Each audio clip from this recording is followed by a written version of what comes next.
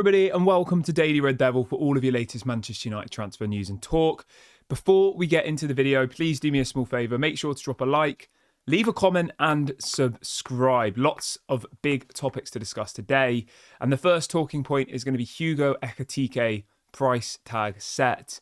Eintracht Frankfurt demanding 80 million euros for the player. And I want to get your thoughts on that in the comment section. Do you think Hugo Ekitike is worth 60 million euros? I will obviously give my opinion in a minute, but get in the comments and let me know your thoughts. This story is coming out from Sky Sports Germany journalist Florian Plettenberg, and he is reporting that Eintracht Frankfurt are demanding 80 million euros this summer if Manchester United want to sign Hugo Ekitike. Now, on one hand, I think that obviously 80 million euros is ridiculous, but then on the other hand, he's a 22-year-old striker who's got 17 goals and assists in, I think, about 25 games in the Bundesliga this season. And you also have to consider that Arsenal need a striker, United need a striker, Chelsea need a striker, Liverpool are looking at strikers, teams like West Ham are looking at strikers. And that's just in the Premier League alone, let alone the rest of the leagues. And when you think of the pool of players that are actually available this summer, right? You've got Osimhen, Liam Delap, Gyökeres, Jonathan David, and that's probably about it in relation to players that are definitely going to leave their respective clubs. Whereas Hugo Ekitike, I think he's still got maybe 5 years left on his contract. He only signed for Frankfurt last season. And the other really interesting thing about this potential deal is PSG have a 50% sell-on clause. So if Manchester United bought Hugo Ekitike for 80 million euros, Frankfurt would only get 40. So I can see why the price is so high, because for them, they want to obviously get as much money as possible. But at the same time, 80 million euros is mental. Absolutely mental. I don't know how you feel about it. Maybe you think it's a fair price. On the other hand, if you want to, argue the other way, obviously he is still very young. He is only 22 years of age. He's probably 3 or 4 years away from being in his prime. And he is already doing really well. So it's a difficult one. I mean, a good reference point is probably Newcastle bought Isak from Real Sociedad in 2022. So 3 years ago. He was 22 years of age at the time and they paid 70 million euros. And I think every single person in this chat would say that 70 million euros for Isak looks like a bargain now. He's a £100 million player now, I would probably say, in the current market. Yeah. Transfer market values him at 100 million euros, Isak.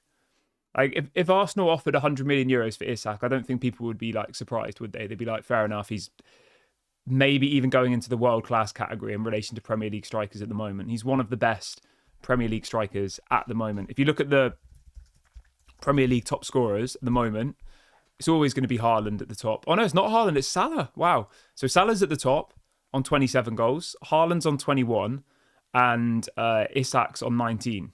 So, Isak's pretty much on the same amount of goals as Haaland in the Premier League. Phenomenal. The point being, 80 million euros sounds like a lot of money. That is the asking price. That doesn't mean they're going to get it.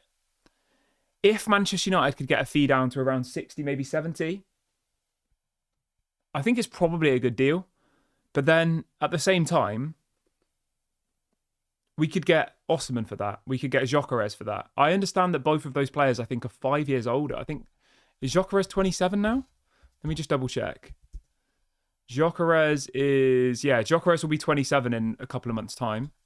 And Osimhen is 27 in December. So, they are 4 or 5 years older than Hugo Ekitike. And I know that Manchester United are looking at players under the age of 25 because the reason for this is simply because of resale value. If they buy Hugo Ekitike for, say, 60 million euros and he replicates what Isak did at Newcastle, in 2 or 3 years, he'll be a £100 million player. And they'll have bought him for 50 million and it will make them look good. Whereas if they bring in Osimhen and he costs us 70 million euros, right, and it doesn't work out, people are going to be like, why did they do that? It was a stupid deal. There's no resale value. He's on massive wages. So I kind of understand the logic behind it, but it's still a massive risk. What happens if Osimhen comes to Manchester United and he doesn't do well? Sorry, not Osimhen, Hugo Ekitike. I think bringing in someone like Osimhen or Gyökeres is a little bit more guaranteed than bringing in Hugo Ekitike. I mean, there's no guarantees in football. Osimhen might come in and, sorry, any of those players I just mentioned might come in and might not do well. That's obviously a possibility. But yeah, I'd be really keen to know what you guys think about this. Let's do a poll. Let's do a poll, shall we? Everyone who's just joined, make sure you drop a like on the video. I messed up at the beginning and I started doing the video with no audio. So please go and like the video. It will bring more people in. Let me do a little poll. Who would you rather for, let's say, 70 million euros? I think this is quite a good one, actually. So we do Victor Gyökeres, Osimhen. I'm doing this really quickly, so if I spell their name slightly wrong, forgive me. Ekitike. That'll do. All right, there you go. The poll is set up. So you have three options. You can either have Gyökeres, Osimhen, or Ekitike for 70 million euros. Obviously, all of their wages are going to be different. But yeah, let's go along with it. I just like Osimhen. I think he's quality. He's been around for a long time. He's consistently scoring lots of goals. I mean, if you look at, Osimhen this season's got 20 goals so far. 6 goals in the Europa League in 7 games, 20 goals in the Turkish League in 23 games. So he's averaging a goal every single game at the moment, which is, regardless of whether it's the Turkish League, that's still good. Last season, he got 17 goals. Season before that, he got 26 goals in Serie A and 5 goals in the Champions League. 31 goals the season before. Crazy. Season before that, he got 18 goals in all competitions. So he's averaging around 20 goals a season every year, Osimhen, which is phenomenal. Absolutely phenomenal. Whereas, obviously, with Hugo Ekitike, you don't have that same pool of data because he's still so young. This is kind of his big breakthrough season, really. Like, he didn't really get much game time at PSG, did he? He went out on loan quite a few times, didn't he? And I remember it was interesting. At the time when Newcastle signed Isak, the two options were either Hugo Ekitike or Isak. And they went for Isak, didn't they? Yeah, like last season he only got 4 goals, but he only played in about 600 minutes. So, that's still not bad. Season before that, he got 3 goals in the French league. But again, he didn't play very many minutes. He was coming off the bench. So this is his kind of breakthrough season. Now, that is obviously still a big risk. We did the same thing with Erling Haaland, didn't we? Not Erling Haaland, I wish. Rasmus Højlund, where we signed a player who kind of was just breaking through. I know Hugo Ekitike has been around for a long time, but this is his kind of standout breakthrough season. And we did a similar thing with Højlund, where we thought, you know what, let's bring in this young player. We'll pay a massive fee for him. He's going to be world class in a few years. And we're still kind of waiting to see it. I mean, Højlund is still very young. Is he 22? So he does still have the time to kind of, fulfill his potential. But at the moment, let's be honest, he's not quite cutting it. So it's that risk of whether you bring in another young player or you go for someone a little bit experienced. Stay Humble says, did Nottingham Forest think they're going to get Gyökeres? Is that the story that's going around? I've not heard that. Surely not. That can't be true. Gyökeres to Nottingham Forest.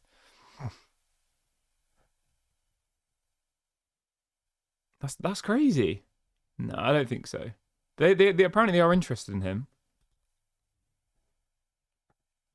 Let's have a look. Let's have a look at what the odds are saying this morning on Gyökeres. Tottenham? What? No, he's not going to go to Tottenham, surely. Let's have a look. Rumours. Gyökeres. I thought I heard that Barcelona were looking at him, but maybe I've misheard that. Yeah, there's a story saying that apparently Tottenham want him. Why do Tottenham need him? They've got Solanke. Weird. Somebody says, how does Manchester United generate the money they use to pay the players? That would be from shirt sales, season tickets, commercial deals, matchday revenue, brand deals. There's so many different ways that football clubs make money. Melchett says, Gyökeres demands Champions League football. Maybe. Well, sorry, I meant maybe we'll get Champions League football. And Melcher also says that Osimhen is demanding around 10 million a season net wages. Yeah, that's the only bit that puts me off Osimhen is Fabrizio saying that he wants 250 grand a week after tax, which, I mean, in England, I think if you're in the highest tax bracket, it's like 40-50% tax. So to be able to be paid 250 a week, you would have to be on about, I would say 400 grand a week, which is mental. That's more than what Casemiro's on. So, yeah, I don't know. I feel like that's maybe a little bit excessive. But at the same time, he's been around a long time. You know, he knows what he wants fee-wise. Someone will probably pay that.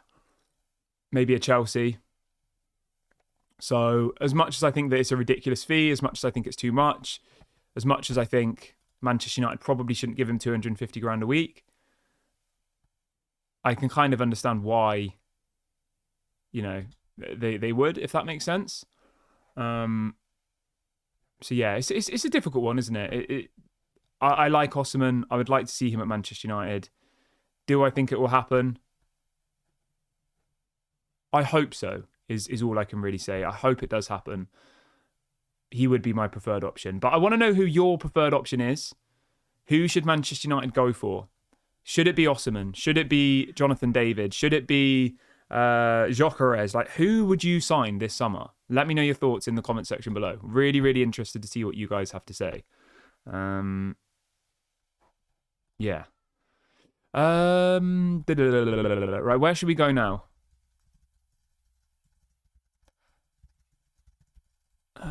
Right, let's have a look what people are saying in the chat this morning. Greg says we should just go and get Jonathan David. I agree. I think we should get Jonathan David as well as somebody else.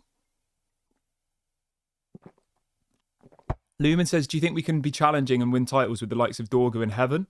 I think so. I think those are two of our better players. I think Dorgu's been one of our best players this season. And Aiden Heaven's been absolutely phenomenal. Yeah, I think so. It's the rest of the team I'm worried about. I'm not worried about Dorgu and Jonathan, and I'm not worried about Dorgu and Aiden Heaven at all.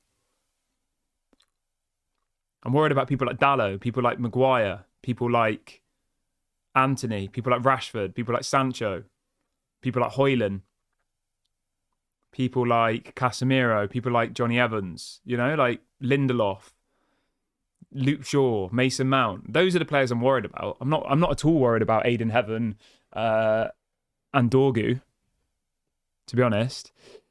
Somebody in the chat says, as a Nigerian, I would love to see Osimhen at United. Yeah. Fair enough. What's this here? Stay humble. Somebody saying Bruno to Real Madrid. What? Not heard anything about that. Let me see if I can see this story. Oh, yeah, Bruno Fernandes wanted by Real Madrid as Manchester United braced for record bid. I'm going to say this now, right? And this is going to come across as maybe a little bit strange, but hear me out. Yeah, it's in all the newspapers. Madrid eyeing deal to give Bruno escape from Manchester United. Real Madrid plot 90 million move for Manchester United midfielder Bruno Fernandes. Fair enough. I'm going to say this now. I hope... I don't know how to say this without sounding... I hope that Bruno Fernandes gets his move. Because... I think he's a quality player. I do. He frustrates me a bit. I think he gives the ball away too frequently. But I think he does deserve to play for a team that's actually going to win trophies. Because if you actually look at Bruno's career, right, he's 30 years of age. And if you look back across his whole career, he's won the Portuguese League once, he's won the FA Cup once, and he's won the League Cup, and that's it. So he's won 3 trophies in his whole career. The League Cup, some people say they don't even count as a trophy. The FA Cup is obviously the most historic trophy in world football, really. Well, club world football anyway. So that's good, but it's still only one trophy. And he's won the Portuguese League once. So for somebody at the age of 30 to have only won 3 trophies, one of which is the League Cup, it's not that much, is it? And you are remembered, I think, from what you've won and stuff. So, like, does he go down as a great? I don't think so. Whereas if he now goes to Real Madrid and he starts winning loads of Champions Leagues and all the rest of it, So, yeah, as much as I like Bruno Fernandes, do I think this will probably happen? No, I can't see Real Madrid paying 90 million euros for Bruno. I mean, maybe. He's a big name player. Where would he even fit into their team, though? Let's have a look. Obviously, you've got Bellingham, who starts every single game. Let's have a look at the team that started yesterday.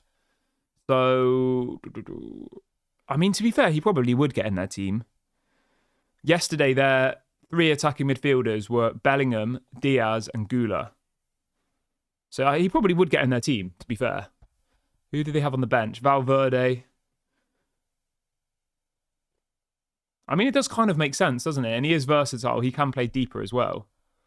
Modric is pretty much past it. Is Modric retiring at the end of the season? Obviously, Bruno's been playing a little bit deeper for Manchester United. Imagine Bruno in that deep role alongside Camavinga or Federico Valverde. I think it would be a good signing. You know, if Real Madrid got Trent Alexander-Arnold and Bruno Fernandes in one window, that would be 2 huge signings. So it's one to keep an eye on. Do I think it will happen? I'm not sure. £90 million sounds crazy. What do Real Madrid see in Bruno Fernandes? I mean, Bruno Fernandes is got some of the best stats in world football. That's why. And you've got to remember that the Spanish league is a lot different to the Premier League. Pyramid says, when did he win the Portuguese league? He won the Portuguese league it was a long time ago, you know? Really? I thought he did. Did he not win it with oh, maybe it was, sorry, I think it was the Portuguese League Cup actually. Let me just double check. He's never won a league title. That's crazy.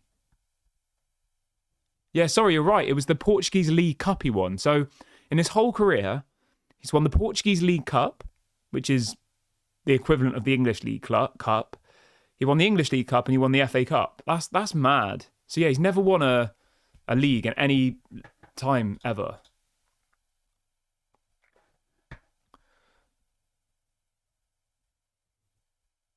That's mad. That's actually crazy. What do you? Somebody says, what do you think of this as a back line? Yoro, De Ligt, and Aiden Heaven. I like that. I like that a lot. But yeah, I would definitely take. Somebody says if Dibbling is worth 100 million, then Bruno is worth 250 million. Yeah, I mean, that's fair, isn't it? The 100 million price tag for Dibbling is literally a joke. He's not even worth half of that. And that's being kind. I'd say he's probably not even worth a third of it, realistically. Tyler Dibbling. Right, where are we? I think we're done, guys. Got quite a busy day today, so I'm going to wrap up the video here. Thank you very much for watching. Please do make sure to drop a like before you leave. Subscribe to the channel if you are new. I will be back tomorrow morning as normal. Hopefully the video audio is actually working this time. Have a great day, everybody, and I'll speak to you all later. Bye-bye.